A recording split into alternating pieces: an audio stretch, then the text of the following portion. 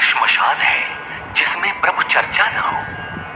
आज का मानव इतना व्यस्त है कि चाह कर भी भजन के लिए समय नहीं निकाल पाता। ऐसी परिस्थिति में गीता का संदेश कर्ण कोहरों तक पहुंच भर जाए तो परम श्रेय और समृद्धि के संस्कारों का बीजारोपण हो जाता है। भगवान की वाणी के इन कैसेटों से दिन भर उस परम प्रभु का स्मरण बना रहेगा और यही भजन की आधारशिला है।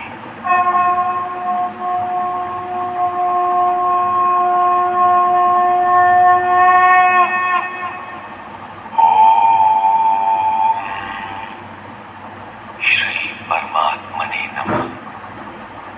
यथार्थ गीता श्रीमद् भगवद गीता अथ नवमोऽध्याय। प्रस्तुत अध्याय में योगेश्वर श्री कृष्ण ने स्वयं चर्चा की कि योग युक्त पुरुष का ऐश्वर्य कैसा है, सब में व्याप्त रहने पर भी वो कैसे निर्लेप है, करते हुए भी वो कैसे अकर्ता है। उस पुरुष के स्वभाव एवं प्रभाव पर प्रकाश डाला। योग को आचरण में ढालने पर आने वाले देवतादिक विघ्नों से सतर्क किया और उस पुरुष के शरण होने पर बल दिया। श्री भगवान उवाच।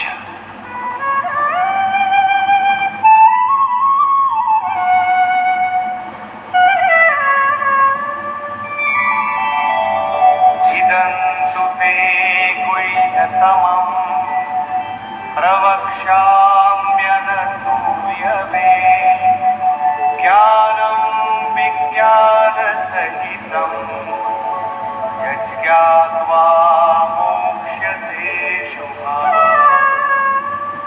योगेश्वर श्री कृष्ण ने कहा, अर्जुन, असूया अर्थात डाह ईर्ष्या रहित तेरे लिए मैं इस परम गोपनीय ज्ञान को विज्ञान सहित कहूंगा, अर्थात प्राप्ति के पश्चात महापुरुष की रहनी के साथ कहूंगा कि कैसे वो महापुरुष सर्वत्र एक साथ कर्म करता है, कैसे वो जागृति प्रदान करता है, रथी बनकर आत्मा के साथ कैसे सदैव रहता है।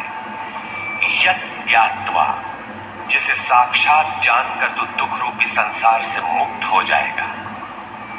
वो ज्ञान कैसा है, इस पर कहते हैं, राजविद्या राजगुह्यं पवित्रमिदमुत्तमं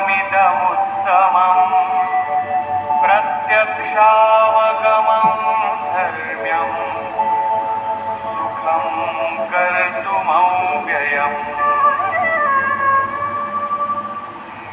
विज्ञान से संयुक्त ये ज्ञान सभी विद्याओं का राजा है। विद्या का अर्थ भाषा ज्ञान अथवा शिक्षा नहीं है। विद्या ही का ब्रह्म गति प्रदाया सा विद्या या विमुक्तये। विद्या उसे कहते हैं कि जिसके पास आए उसे उठाकर ब्रह्म पथ पर चलाते हुए मोक्ष प्रदान कर दे। यदि रास्ते में रिद्धियों सिद्धियों अथवा प्रकृति में कहीं उलझ गया तो सिद्ध है कि अविद्या सफल हो गई। वो विद्या नहीं है। ये राजविद्या ऐसी है जो निश्चित कल्याण करने वाली है। ये सभी गोपनीयों का राजा है। अविद्या और विद्या के अवगुंठन का अनावरण होने पर योग युक्तता के पश्चात ही इससे मिलन होता है। ये अति पवित्र, उत्तम और प्रत्यक्ष फल वाला है। इधर करो उधर लो, ऐसा प्रत्यक्ष फल वाला है। ये अंधविश्वास नहीं है कि इस जन्म में साधन करो, फल कभी दूसरे जन्मों में मिलेगा। ये परम धर्म परमात्मा से संयुक्त है। विज्ञान सहित ये ज्ञान करने में सरल और अविनाशी है। अश्रद्धधाना पुरुषा धर्मस्यास्य परन्तप अप्राप्य मां निवर्तन्ते नित्य संसार वर्त्मनि। परंतप अर्जुन, इस धर्म में अर्थात जिसका थोड़ा भी साधन करने पर विनाश नहीं होता, श्रद्धा रहित पुरुष मुझे प्राप्त न होकर संसार क्षेत्र में भ्रमण करता ही रहता है। अतः श्रद्धा अनिवार्य है। क्या आप संसार से परे हैं? इस पर कहते हैं, मया ततमिदं सर्वं जगदव्यक्तमूर्तिना मत्स्थानि सर्वभूतानि न चाहं तेष्वस्थितः।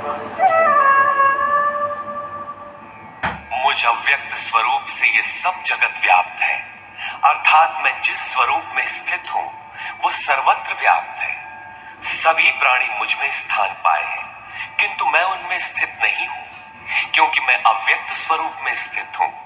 महापुरुष जिस अव्यक्त स्वरूप में स्थित हैं, वहीं से अर्थात शरीर छोड़कर उसी अव्यक्त स्तर से ही बात करते हैं। इसी क्रम में आगे कहते हैं, न च मत्स्थानि भूतानि पश्य मे योगमैश्वरम् भूतभृन्न च भूतस्थो ममात्मा भूतभावनः। वस्तुतः सब भूत भी मुझ में स्थित नहीं है, क्योंकि वे मरण धर्मा है, प्रकृति के आश्रित हैं। किंतु मेरे योग माया के ऐश्वर्य को देख कि जीवधारियों को उत्पन्न और पोषण करने वाला मेरा आत्मा भूतों में स्थित नहीं है। मैं आत्म स्वरूप हूं, इसलिए मैं उन भूतों में स्थित नहीं हूं। यही योग का प्रभाव है। इसको स्पष्ट करने के लिए योगेश्वर श्री कृष्ण दृष्टांत देते हैं। यथाकाशस्थितो नित्यं वायु सर्वत्र गो महान् तथा सर्वाणि भूतानि मत्स्थानीत्युपधारय।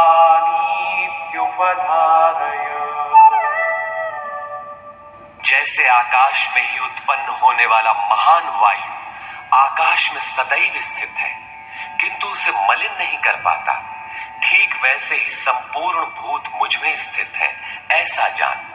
ठीक इसी प्रकार मैं आकाशवत निर्लेप हूं, वे मुझे मलिन नहीं कर पाते। प्रश्न पूरा हुआ। यही योग का प्रभाव है। अब योगी करता क्या है, इस पर कहते हैं,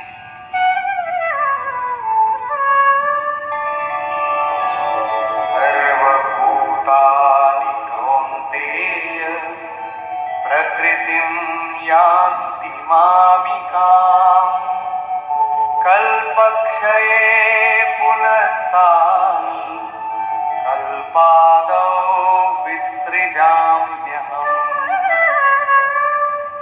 अर्जुन, कल्प के विलय काल में सब भूत मेरी प्रकृति अर्थात मेरे स्वभाव को प्राप्त होते हैं, और कल्प के आदि में मैं उनको बार बार विसृजाम विशेष रूप से सृजन करता हूं।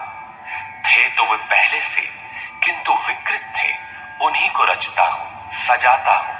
जो अचेत हैं उन्हें जागृत करता हूं, कल्प के लिए प्रेरित करता हूं। कल्प का तात्पर्य है उत्थानोन्मुख परिवर्तन। आसुरी संपद से निकलकर जैसे जैसे पुरुष दैवी संपद में प्रवेश पाता है, यहीं से कल्प का आरंभ है, और जब ईश्वर भाव को प्राप्त हो जाता है, वही कल्प का क्षय है। अपना कर्म पूरा करके कल्प भी विलय हो जाता है। भजन का आरंभ कल्प का आदि है, और भजन की पराकाष्ठा जहां लक्ष्य विदित होता है, कल्प का अंत है। जब ये प्रत्यगात्मा योनियों के कारणभूत राग द्वेषादि से मुक्ति पाकर अपने शाश्वत स्वरूप में स्थिर हो जाए, इसी को श्री कृष्ण कहते हैं कि वो मेरी प्रकृति को प्राप्त होता है। जो महापुरुष प्रकृति का विलय करके स्वरूप में प्रवेश पा गया, उसकी प्रकृति कैसी? क्या उसमें प्रकृति शेष ही है? नहीं। अध्याय 3 के 33वें श्लोक में योगेश्वर श्री कृष्ण कह चुके हैं कि सभी प्राणी अपनी प्रकृति को प्राप्त होते हैं। जैसा उनके ऊपर प्रकृति के गुणों का दबाव है वैसा करते हैं। और ज्ञानवानपि, प्रत्यक्ष दर्शन के साथ जानकारी वाला ज्ञानी भी अपनी प्रकृति के सदृश चेष्टा करता है। ये पीछे वालों के कल्याण के लिए करता है। पूर्ण ज्ञानी तत्व स्थित महापुरुष की रहनी ही उसकी प्रकृति है। वो अपने इसी स्वभाव में बरतता है। कल्प के क्षय में लोग महापुरुष की इसी रहनी को प्राप्त होते हैं। महापुरुष के इसी कृतित्व पर पुनः प्रकाश डालते हैं। प्रकृतिं स्वामवष्टभ्य विसृजामि पुनः पुनः भूतग्राममिमं कृत्स्नम् अवशं प्रकृतिर्वशात्। अपनी प्रकृति अर्थात महापुरुष की रहनी स्वीकार करके प्रकृतिर्वशांत, अपने अपने स्वभाव में स्थित प्रकृति के गुणों से परवश हुए इन संपूर्ण भूत समुदाय को मैं बारंबार विसृजामि, विशेष सृजन, विशेष रूप से सजाता हूं। इन्हें अपने स्वरूप की ओर बढ़ने के लिए प्रेरित करता हूं। तब तो आप इस कर्म से बंधे हैं। न च मां तानि कर्माणि निबध्नन्ति धनञ्जय उदासीनवदासीनम् असक्तं तेषु कर्मसु। अध्याय 4 के 9वें श्लोक में योगेश्वर श्री कृष्ण ने कहा था कि महापुरुष की कार्य प्रणाली अलौकिक है। अध्याय 9 के 4थे श्लोक में बताया, मैं अव्यक्त रूप से करता हूं। यहां भी वही कहते हैं, धनंजय, जिन कर्मों को मैं अदृश्य रूप से करता हूं उसमें मेरी आसक्ति नहीं है। उदासीन के सदृश स्थित रहने वाले मुझ परमात्म स्वरूप को वे कर्म नहीं बांधते, क्योंकि कर्म के परिणाम में जो लक्ष्य मिलता है उसमें मैं स्थित हूं। इसलिए उन्हें करने के लिए मैं विवश नहीं हूं। ये तो स्वभाव के साथ जुड़ी प्रकृति के कार्यों का प्रश्न था। महापुरुष की रहनी थी, उनकी रचना थी। अब मेरे अध्यास से जो माया रचती है वो क्या है? वो भी एक कल्प है। मयाध्यक्षेण प्रकृतिः सूयते सचराचरम् हेतुनानेन कौन्तेय जगद्विपरिवर्तते। अर्जुन, मेरी अध्यक्षता में अर्थात मेरी उपस्थिति में सर्वत्र व्याप्त मेरे अध्यास से ये माया अर्थात त्रिगुणमयी प्रकृति, अष्टधा मूल प्रकृति और चेतन दोनों चराचर सहित जगत को रचती है, जो क्षुद्र कल्प है। और इसी कारण से यह संसार आवागमन के चक्र में घूमता रहता है। प्रकृति का यह क्षुद्र कल्प जिसमें काल का परिवर्तन है, मेरे अध्यास से प्रकृति ही करती है, मैं नहीं करता।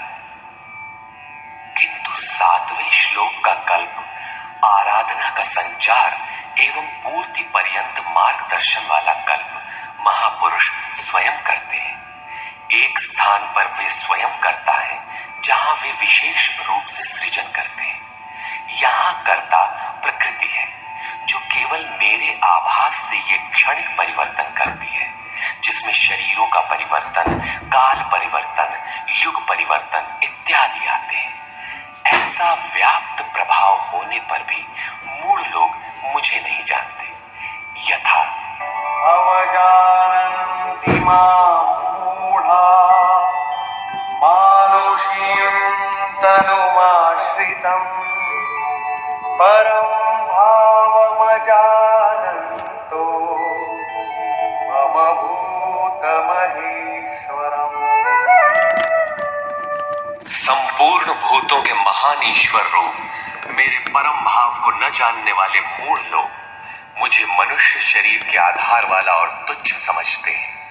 संपूर्ण प्राणियों के ईश्वरों का भी जो महान ईश्वर है, उस परम भाव में मैं स्थित हूं, किंतु हूं मनुष्य शरीरधारी। मूढ़ लोग इसे नहीं जानते, वे मुझे मनुष्य कहकर संबोधित करते हैं। उनका दोष भी क्या है? जब वे दृष्टिपात करते हैं तो महापुरुष का शरीर ही तो दिखाई पड़ता है। कैसे वे समझे कि आप महान ईश्वर भाव में स्थित हैं? वे क्यों नहीं देख पाते?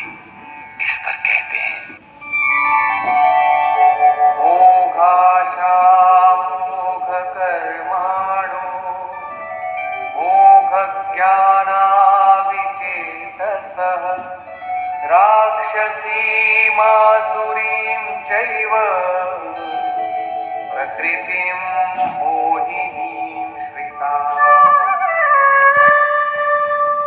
वे वृथा आशा अर्थात जो कभी पूर्ण न हो ऐसी आशा, वृथा कर्म अर्थात बंधनकारी कर्म, वृथा ज्ञान अर्थात जो वस्तुतः अज्ञान है, विचेतसः विशेष रूप से अचेत हुए राक्षसों और असुरों के से मोहित होने वाले स्वभाव को धारण किए होते हैं, अर्थात आसुरी स्वभाव वाले होते हैं। इसलिए मनुष्य समझते हैं असुर और राक्षस मन का एक स्वभाव है, न कि कोई जाति या योनि। आसुरी स्वभाव वाले मुझे नहीं जान पाते, किंतु महात्मा जन मुझे जानते और भजते हैं। महात्मानस्तु मां पार्थ दैवीं प्रकृतिमाश्रिताः भजन्त्यनन्यमनसो यात्वा भूतादिमौ व्ययम्। हे पार्थ, परंतु दैवी प्रकृति अर्थात दैवी संपत्ति के आश्रित हुए महात्मा जन मुझे सब भूतों का आदिकरण अव्यक्त और अक्षर जानकर अनन्य मन से अर्थात मन के अंतराल में किसी अन्य को स्थान न देकर केवल मुझ में श्रद्धा रखकर निरंतर मुझे भजते हैं। किस प्रकार भजते हैं? इस पर कहते हैं, सततं कीर्तयन्तो मां यतन्तश्च दृढव्रताः नमस्यन्तश्च मां भक्त्या नित्ययुक्ता उपासते। वे निरंतर चिंतन के व्रत में अचल रहते हुए मेरे गुणों का चिंतन करते हैं, प्राप्ति के यत्न करते हैं और मुझे बारंबार नमस्कार करते हुए सदैव मुझसे संयुक्त होकर अनन्य भक्ति से मुझे उपासते हैं, अविरल लगे रहते हैं। कौन सी उपासना करते हैं? कैसा है ये कीर्ति ज्ञान? कोई दूसरी उपासना नहीं, वरन वही यज्ञ जिसे विस्तार से बता आए हैं, उसी आराधना को यहां संक्षेप में योगेश्वर श्री कृष्ण दोहरा रहे हैं। ज्ञानयज्ञेन चाप्यन्ये यजन्तो मामुपासते एकत्वेन पृथक्त्वेन बहुधा विश्वतो मुखम्। उनमें से कोई तो मुझ सर्वव्याप्त विराट परमात्मा को ज्ञान यज्ञ द्वारा यजन करते हैं, अर्थात अपनी लाभ हानि और शक्ति को समझकर इसी नियत कर्म यज्ञ में प्रवृत्त होते हैं। कुछ एकत्व भाव से मेरी उपासना करते हैं कि मुझे इसी में एक होना है, और दूसरे सब कुछ मुझे अलग रखकर मुझे समर्पण करके निष्काम सेवा भाव से मुझे उपासते हैं तथा बहुत प्रकार से उपासते हैं, क्योंकि एक ही यज्ञ के ये सभी ऊंचे नीचे स्तर हैं। यज्ञ का आरंभ सेवा से ही होता है, किंतु उसका अनुष्ठान होता कैसे? योगेश्वर श्री कृष्ण कहते हैं, यज्ञ मैं करता हूं, यदि महापुरुष रथी न हो तो यज्ञ पार नहीं लगेगा। उन्हीं के निर्देशन में साधक समझ पाता है कि अब वो किस स्तर पर है, कहां तक पहुंच सका है। वस्तुतः यज्ञकर्ता कौन है? इस पर योगेश्वर श्री कृष्ण कहते हैं, अहं क्रतुरहं यज्ञः स्वधाहमहमौषधम् मन्त्रोऽहमहमेवाज्यम् अहमग्निरहं हुतम्। कर्ता मैं हूं। वस्तुतः कर्ता के पीछे प्रेरक के रूप में सदैव संचालित करने वाला इष्ट ही है। कर्ता द्वारा जो पार लगता है मेरी देन है। यज्ञ मैं हूं। यज्ञ आराधना की विधि विशेष है। पूर्ति काल में यज्ञ जिसका सृजन करता है, उस अमृत का पान करने वाला पुरुष सनातन ब्रह्म में प्रवेश पा जाता है। स्वधा मैं हूं अर्थात अतीत के अनंत संस्कारों का विलय करना, उन्हें तृप्त कर देना मेरी देन है। भवरोग को मिटाने वाली औषधि मैं हूं। मुझे पाकर लोग इस रोग से निवृत्त हो जाते हैं। मंत्र मैं हूं। मन को श्वास के अंतराल में निरोध करना मेरी देन है। इस निरोध क्रिया में तीव्रता लाने वाली वस्तु आज्य अर्थात हवि भी मैं हूं। अग्नि मैं हूं। मेरे ही प्रकाश में मन की सभी प्रवृत्तियां विलय होती हैं तथा हवन अर्थात समर्पण भी मैं ही हूं। यहां योगेश्वर श्री कृष्ण बार बार मैं हूं कह रहे हैं। इसका आशय मात्र इतना है कि मैं ही प्रेरक के रूप में आत्मा से अभिन्न होकर खड़ा हो जाता हूं तथा निरंतर निर्णय देते हुए योग क्रिया को पूर्ण कराता हूं। इसी का नाम विज्ञान है। पूज्य महाराज जी कहा करते थे कि जब तक इष्ट देव रथी होकर श्वास प्रश्वास पर रोकथाम न करने लगे तब तक भजन आरंभ ही नहीं होता। कोई लाख आंख मूंदे भजन करे, शरीर को तपा डाले, लेकिन जब तक जिस परमात्मा की हमें चाह है वो जिस सतह पर हम खड़े हैं उस स्तर पर उतरकर आत्मा से अभिन्न होकर जागृत नहीं हो जाता, तब तक सही मात्रा में भजन का स्वरूप समझ में नहीं आता।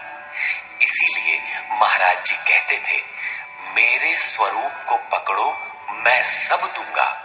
श्री कृष्ण कहते हैं, सब मुझसे होता है।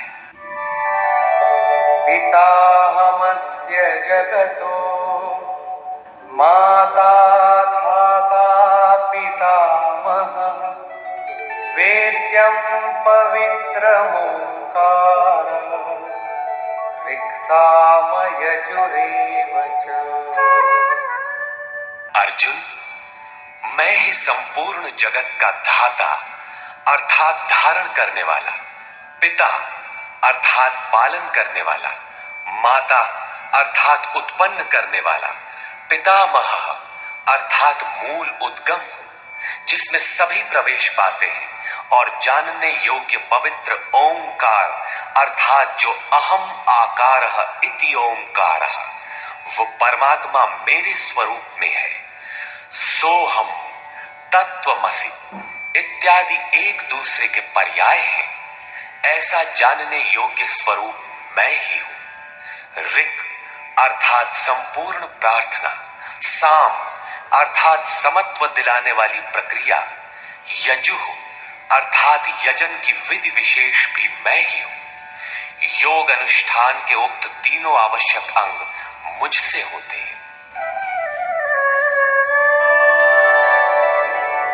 गतिर्भर्ता प्रभु साक्षी निवास शरणं सुहृत् प्रभव प्रलय स्थानं निधानं बीजमव्ययम्। हे अर्जुन, गति अर्थात प्राप्त होने योग्य परम गति, भर्ता भरण पोषण करने वाला, सबका स्वामी, साक्षी अर्थात दृष्टा रूप में स्थित सबको जानने वाला, सबका वास स्थान शरण लेने योग्य, अकारण प्रेमी मित्र, उत्पत्ति और प्रलय अर्थात शुभाशुभ संस्कारों का विलय तथा अविनाशी कारण मैं ही हूं, अर्थात अंत में जिनमें प्रवेश मिलता है वे सारी विभूतियां मैं ही हूं। तपाम्यहमहं वर्षं निगृह्णाम्युत्सृजामि च अमृतं चैव मृत्युश्च सदसच्चाहमर्जुन। मैं सूर्य रूप से तपता हूं, वर्षा को आकर्षित करता हूं, मृत्यु से परे अमृतत्व तथा मृत्यु, सत और असत सब कुछ मैं ही हूं, अर्थात जो परम प्रकाश प्रदान करता है वो सूर्य मैं ही हूं। कभी कभी भजने वाले मुझे असत भी मान बैठते हैं, वे मृत्यु को प्राप्त होते हैं। इस प्रकार कहते हैं, त्रैविद्या मां सोमपाः भूतपापाः यज्ञैरिष्ट्वा स्वर्गतिं प्रार्थयन्ते ते पुण्यमासाद्य सुरेन्द्रलोकम् अश्नन्ति दिव्यान् दिवि देवभोगान्। आराधना विद्या के तीनों अंग ऋक्, साम और यजु अर्थात प्रार्थना, समत्व की प्रक्रिया और यजन का आचरण करने वाले, सोम अर्थात चंद्रमा के क्षीण प्रकाश को पाने वाले, पाप से मुक्त होकर पवित्र हुए पुरुष उसी यज्ञ की निर्धारित प्रक्रिया द्वारा मुझे इष्ट रूप में पूजकर स्वर्ग के लिए प्रार्थना करते हैं। यही असत की कामना है जिससे वे मृत्यु को प्राप्त होते हैं, उनका पुनर्जन्म होता है, जैसा पिछले श्लोक में योगेश्वर ने बताया। वे पूजते मुझे ही है, उसी निर्धारित विधि से पूजते हैं, किंतु बदले में स्वर्ग की याचना करते हैं। वे पुरुष अपने पुण्य के फल स्वरूप इंद्रलोक को प्राप्त होकर स्वर्ग में देवताओं के दिव्य भोग भोगते हैं, अर्थात ये भोग भी मैं ही देता हूं। ते तं भुक्त्वा स्वर्गलोकं विशालम् क्षीणे पुण्ये मर्त्यलोकं विशन्ति एवं त्रयी धर्ममनुप्रपन्ना गतागतं कामकामा लभन्ते। वे उस विशाल स्वर्ग को भोग कर पुण्य क्षीण होने पर मृत्युलोक अर्थात जन्म मृत्यु को प्राप्त होते हैं। इस प्रकार त्रयी धर्मम प्रार्थना, समत्व एवं यजन की तीनों विधियों से एक ही यज्ञ का अनुष्ठान करने वाले मेरे शरण हुए भी कामना वाले पुरुष बारंबार जाने आने को अर्थात पुनर्जन्म को प्राप्त होते हैं। अतः किसी प्रकार की कामना नहीं करनी चाहिए। जो कामना नहीं करते उन्हें क्या मिलता है? अनन्याश्चिन्तयन्तो मां ये जना पर्युपासते तेषां नित्याभियुक्तानां योगक्षेमं वहाम्यहम्। अनन्य भाव से मुझ में स्थित भक्तजन मुझ परमात्म स्वरूप का निरंतर चिंतन करते हैं। पर्युपासते लेश मात्र भी त्रुटि न रखकर मुझे उपासते हैं। उन नित्य एक ही भाव से संयुक्त हुए पुरुषों का योगक्षेम मैं स्वयं वहन करता हूं, अर्थात उनके योग की सुरक्षा की सारी जिम्मेदारी मैं अपने हाथ में लेता हूं। इतना होने पर भी लोग अन्य देवताओं को भजते हैं। येऽप्यन्य देवता भक्ता यजन्ते श्रद्धयान्विता तेऽपि मामेव कौन्तेय यजन्त्यविधिपूर्वकम्। कौन्तेय, श्रद्धा से युक्त हुए जो भक्त दूसरे दूसरे देवताओं को पूजते हैं वे भी मुझे ही पूजते हैं, किंतु उनका वो पूजना अविधि पूर्वक है, मेरी प्राप्ति की विधि से रहित है। यहां योगेश्वर श्री कृष्ण ने दूसरी बार देवताओं के प्रकरण को लिया है।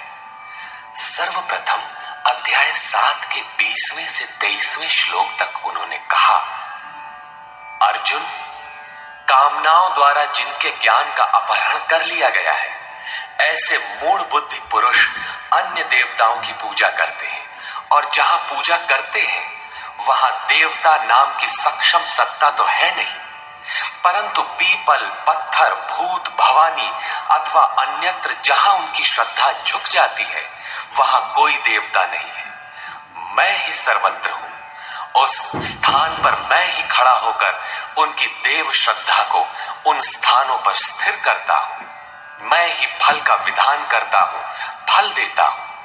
फल निश्चित मिलता है, किंतु उनका फल नाशवान है। आज है तो कल भोगने में आ जाएगा, नष्ट हो जाएगा, जबकि मेरा भक्त नष्ट नहीं होता।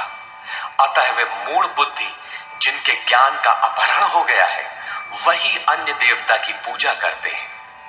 प्रस्तुत अध्याय 9 के 23 से 25वें श्लोक तक योगेश्वर श्री कृष्ण पुनः दोहराते हैं, अर्जुन, जो श्रद्धा से अन्य अन्य देवताओं को पूजते हैं वे मुझे ही पूजते हैं, किंतु अविधि पूर्वक है। अब प्रश्न उठता है कि जब वे भी प्रकारांतर से आपको ही पूजते हैं और फल भी मिलता ही है, तो दोष क्या है? अहं हि सर्वयज्ञानां भोक्ता च प्रभुरेव च न तु मामभिजानन्ति तत्त्वेनातश्च वन्ति ते। संपूर्ण यज्ञों का भोक्ता अर्थात यज्ञ जिसमें विलय होते हैं, यज्ञ के परिणाम में जो मिलता है वो मैं हूं और स्वामी भी मैं ही हूं, परंतु वे मुझे तत्व से भली प्रकार नहीं जानते, इसलिए च्यवंती गिरते हैं, अर्थात वे कभी अन्य देवताओं में गिरते हैं और तत्व से जब तक नहीं जानते तब तक कामनाओं से भी गिरते हैं। उनकी गति क्या है? यान्ति देवव्रता देवान् पितॄन् यान्ति पितृव्रता भूतानि यान्ति भूतेजा यान्ति मद्याजिनोऽपि माम्। अर्जुन, देवताओं को पूजने वाले देवताओं को प्राप्त होते हैं। देवता है तो परिवर्तित सत्ता, वे अपने सत्कर्मानुसार जीवन व्यतीत करते हैं। पितरों को पूजने वाले पितरों को प्राप्त होते हैं, अर्थात अतीत में उलझे रहते हैं। भूतों को पूजने वाले भूत होते हैं, शरीर धारण करते हैं, और मेरा भक्त मुझे प्राप्त होता है। वे मेरे साक्षात स्वरूप होते हैं, उनका पतन नहीं होता। इतना ही नहीं, मेरी पूजा का विधान भी सरल है। पत्रं पुष्पं फलं तोयं यो मे भक्त्या प्रयच्छति तदहं भक्त्युपहृतम् अश्नामि प्रयतात्मनः। भक्ति का आरंभ यहीं से है कि पत्र, पुष्प, फल, जल इत्यादि जो कोई मुझे भक्ति पूर्वक अर्पित करता है, मन से प्रयत्न करने वाले उस भक्त का वो सब मैं खाता हूं, अर्थात स्वीकार करता हूं। इसलिए यत्करोषि यदश्नासि यज्जुहोषि ददासि यत्तपस्यसि कौन्तेय तत्कुरुष्व मदर्पणम्। अर्जुन, तो जो कर्म अर्थात यथार्थ कर्म करता है जो खाता है, जो हवन करता है, समर्पण करता है, दान देता है, मन सहित इंद्रियों को जो मेरे अनुरूप तपाता है, वो सब मुझे अर्पण कर, अर्थात मेरे प्रति समर्पित होकर ये सब कर। समर्पण करने से योग के क्षेत्र की जिम्मेदारी मैं ले लूंगा।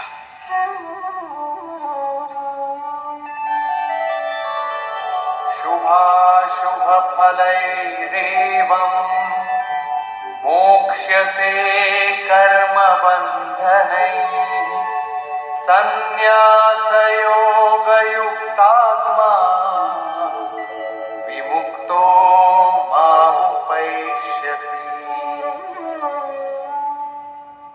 इस प्रकार सर्वस्व के न्यास संन्यास योग से युक्त हुआ तू शुभाशुभ फलदाता कर्मों के बंधन से मुक्त होकर मुझे प्राप्त होगा। उपर्युक्त 3 श्लोकों में योगेश्वर श्री कृष्ण ने क्रमबद्ध साधन और उसके परिणाम का चित्रण किया है। पहले पत्र पुष्प फल जल का पूर्ण श्रद्धा से अर्पण, दूसरे समर्पित होकर कर्म का आचरण और तीसरे पूर्ण समर्पण के साथ सर्वस्व का त्याग। इनके द्वारा कर्म बंधन से विमुक्त अर्थात विशेष रूप से मुक्त हो जाएगा। मुक्ति से मिलेगा क्या? बताया मुझे प्राप्त होगा। यहां मुक्ति और प्राप्ति एक दूसरे के पूरक है।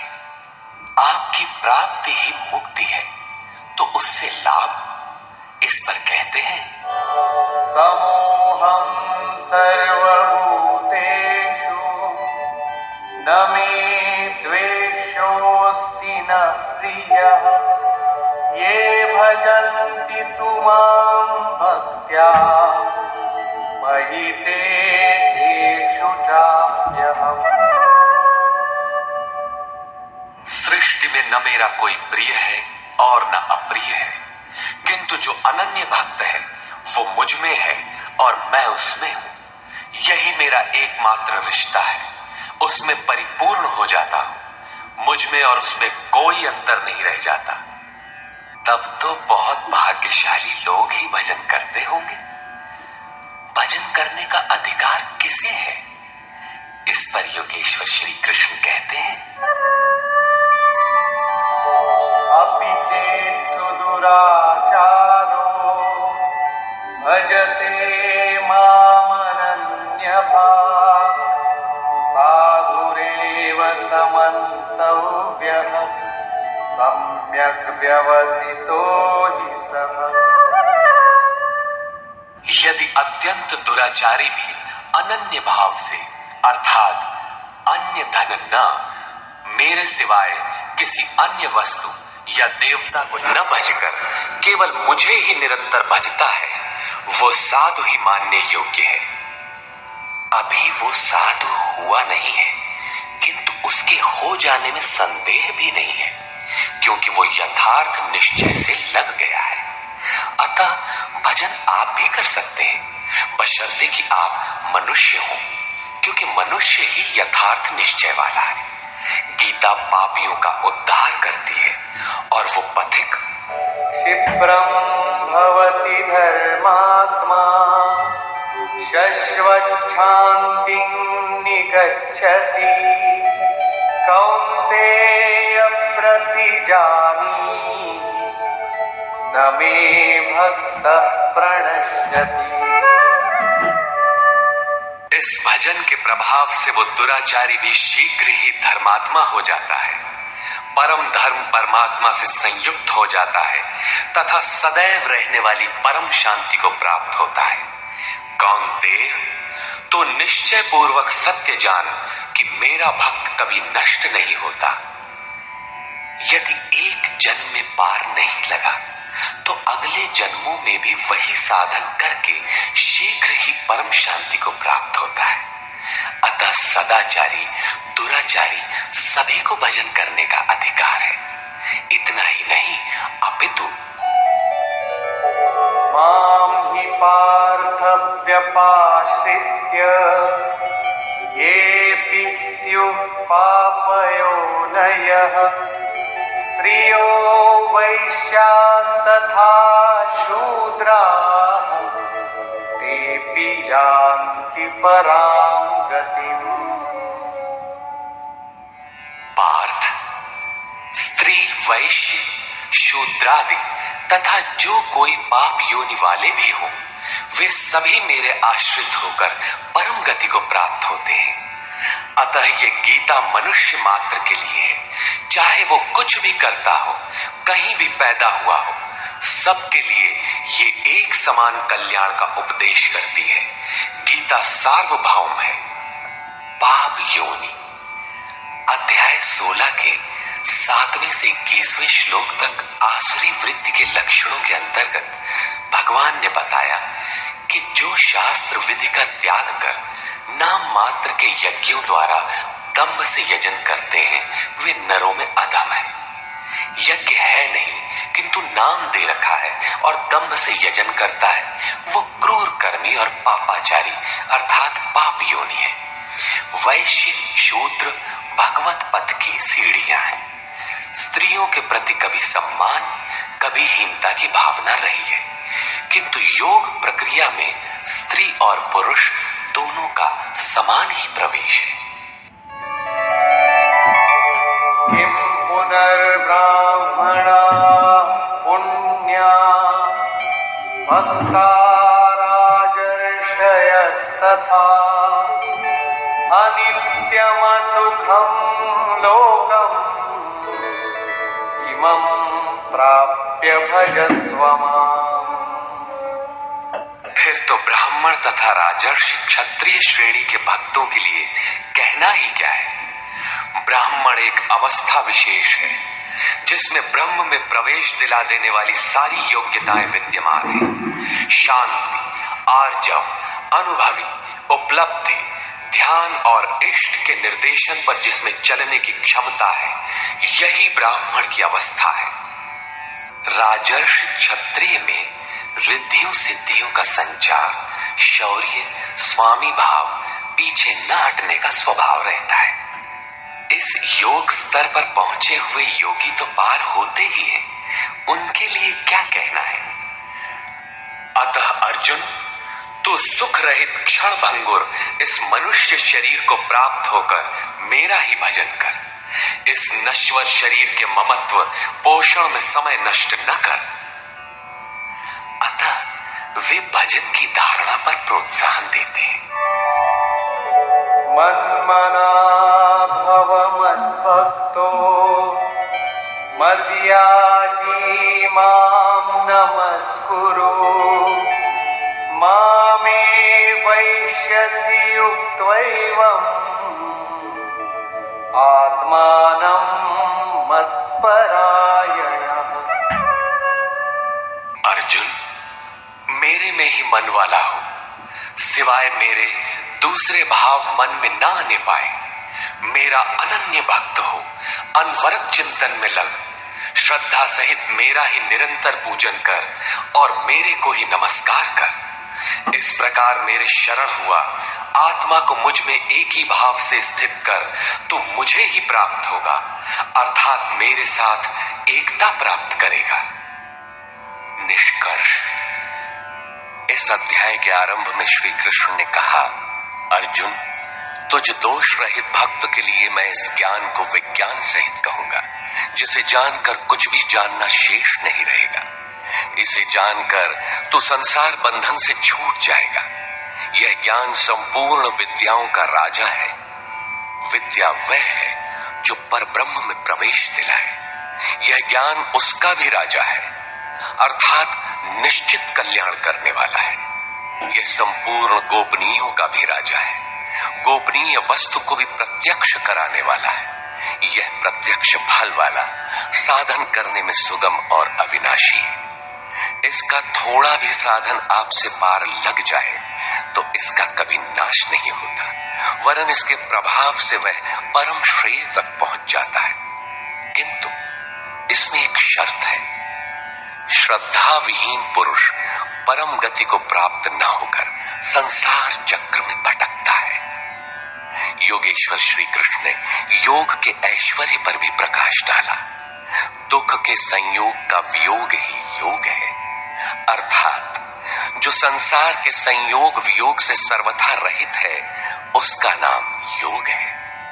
परम तत्व परमात्मा के मिलन का नाम योग है। परमात्मा की प्राप्ति ही योग की पराकाष्ठा है। जो इसमें प्रवेश पा गया, उस योगी के प्रभाव को देख कि संपूर्ण भूतों का स्वामी और जीवधारियों का पोषण करने वाला होने पर भी मेरा आत्मा उन भूतों में स्थित नहीं है। मैं आत्म स्वरूप में स्थित हूं, वही हूं जैसे आकाश से उत्पन्न सर्वत्र विचरने वाला वायु आकाश में ही स्थित है, किंतु उसे मलिन नहीं कर पाता। उसी प्रकार संपूर्ण भूत मुझ में स्थित है, लेकिन मैं उनमें लिप्त नहीं। अर्जुन, कल्प के आदि में मैं भूतों को विशेष प्रकार से रचता हूं, सजाता हूं, और कल्प के पूर्ति काल में संपूर्ण भूत मेरी प्रकृति को अर्थात योगारूढ़ महापुरुष की रहनी को, उनके अव्यक्त भाव को प्राप्त होते हैं। यद्यपि महापुरुष प्रकृति से परे है, किंतु प्राप्ति के पश्चात स्वभाव अर्थात स्वयं में स्थित रहते हुए लोक संग्रह के लिए जो कार्य करता है, वह उसकी एक रहनी है। इसी रहनी के कार्यकलाप को उस महापुरुष की प्रकृति कहकर संबोधित किया गया है। एक रचयिता तो मैं हूं जो भूतों को कल्प के लिए प्रेरित करता हूं, और दूसरी रचयिता त्रिगुणमयी प्रकृति है जो मेरे अध्यास से चराचर सहित भूतों को रचती है। यह भी एक कल्प है जिसमें शरीर परिवर्तन, स्वभाव परिवर्तन और काल परिवर्तन निहित है। इस प्रकार कल्प दो प्रकार के हैं। एक तो वस्तु का, शरीर और काल का परिवर्तन कल्प है। यह परिवर्तन प्रकृति ही मेरे आभास से करती है, किंतु इससे महान कल्प जो आत्मा को निर्मल स्वरूप प्रदान करता है, उसका श्रृंगार महापुरुष करते हैं। वे अचेत भूतों को सचेत करते हैं। भजन का आदि ही इस कल्प का आरंभ है, और भजन की पराकाष्ठा कल्प का अंत है। जब यह कल्प भवरोग से पूर्ण निरोग बनाकर शाश्वत ब्रह्म में प्रवेश अर्थात स्थिति दिला देता है, उस प्रवेश काल में योगी मेरी रहनी और मेरे स्वरूप को प्राप्त होता है। प्राप्ति के पश्चात महापुरुष की रहनी ही उसकी प्रकृति है। योगेश्वर श्री कृष्ण कहते हैं, अर्जुन, मूढ़ लोग मुझे नहीं जानते, मुझ ईश्वरों के ईश्वर को भी तुच्छ समझते हैं। साधारण मनुष्य मानते हैं।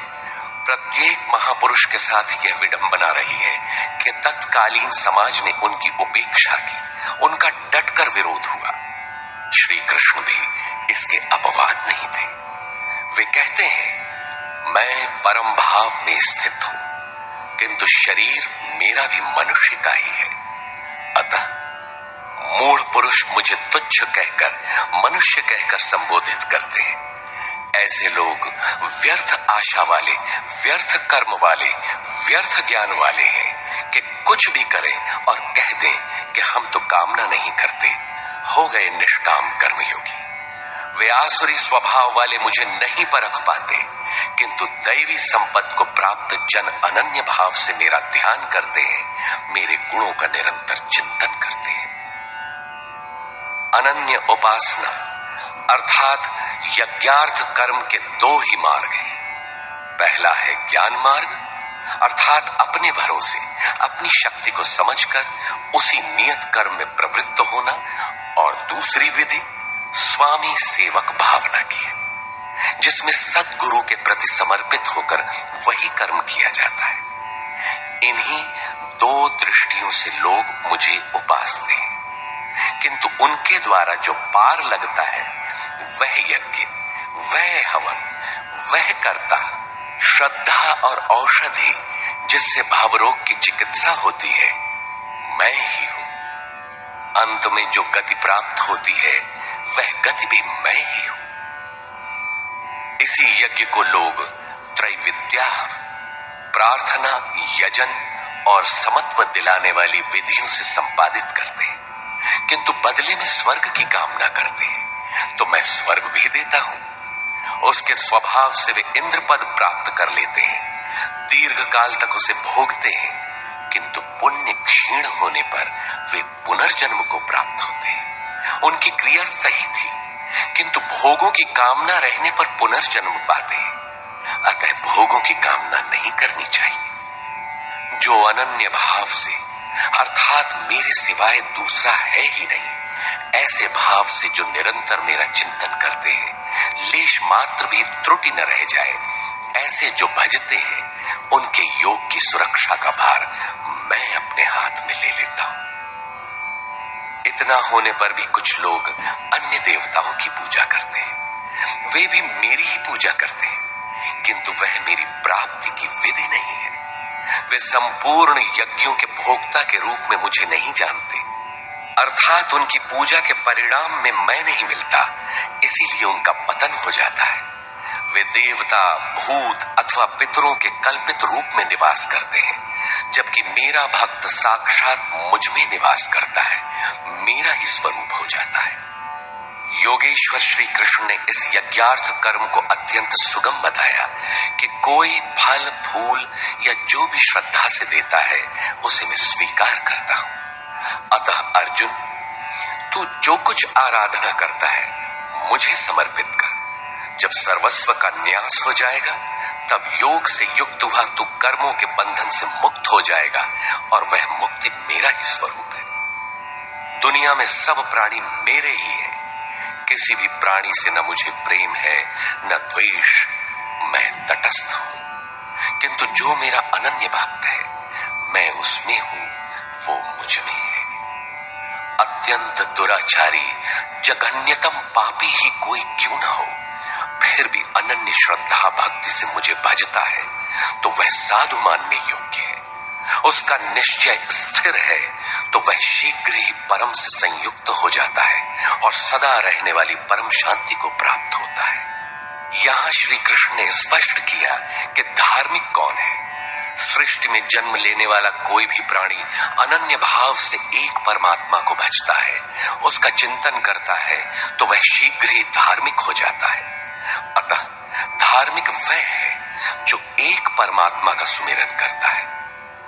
अंत में आश्वासन देते हैं, अर्जुन, मेरा भक्त कभी नष्ट नहीं होता।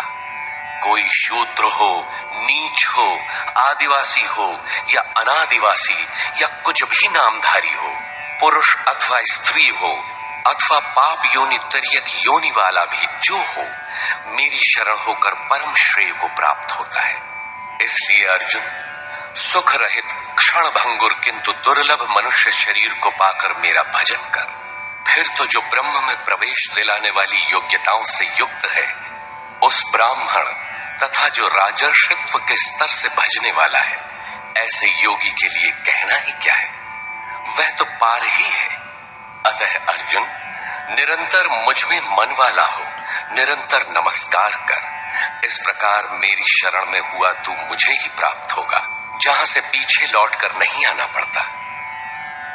प्रस्तुत अध्याय में उस विद्या पर प्रकाश डाला गया जिसे श्री कृष्ण स्वयं जागृत करते हैं। यह राज विद्या है जो एक बार जागृत होने पर निश्चित कल्याण करती है। अतः ओम तत्सदिति श्रीमद्भगवद गीता सूपनिषत्सु ब्रह्म विद्यायाम योग शास्त्रे श्री कृष्णार्जुन संवादे राज विद्या जागृति नाम नवमोऽध्यायः। इस प्रकार स्वामी अड़गड़ानंद कृत श्रीमद् भगवद गीता के भाष्य यथार्थ गीता का 9वां अध्याय पूर्ण होता है।